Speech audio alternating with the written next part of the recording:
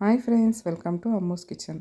ಇವತ್ತು ತುಂಬ ಹೆಲ್ದಿಯಾಗಿರೋಂಥ sweet potato halwa ಮಾಡೋದು ಹೇಗೆ ಅಂತ ನೋಡೋಣ ಬನ್ನಿ ಫ್ರೆಂಡ್ಸ್.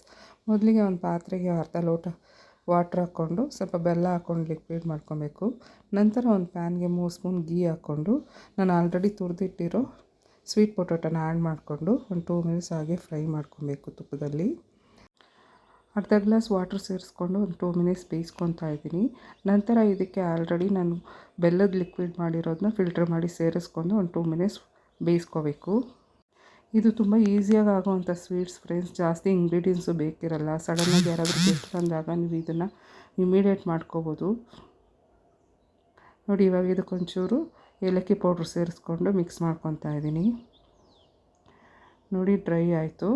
ಈಗ ಇದಕ್ಕೆ ನಾನು ಡ್ರೈ ಫ್ರೂಟ್ಸ್ನ ಗೀಯಲ್ಲಿ ಹುರ್ಕೊಂಡು ಸೇರಿಸ್ಕೊತಾ ಇದ್ದೀನಿ. ಒಂದು 2 ಮಿನಿಟ್ಸ್ ಚೆನ್ನಾಗಿ ಮಿಕ್ಸ್ ಮಾಡಿಕೊಂಡ್ರೆ